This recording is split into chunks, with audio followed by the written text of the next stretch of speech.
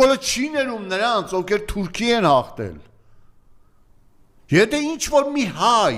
դա չի հասկանում դեռևս, որ Նիկոլը կատարում է Թուրքի բոլոր հրամանները հայ ժողովրդին վերջնական կործանելու համար, որպեսզի հետո ինքը փախնի Կանադայում 17 միլիոնանոց պալատում զղկտվի իր լաճերի հետ, հայ ժողովրդին թողնելով անպաշտպան,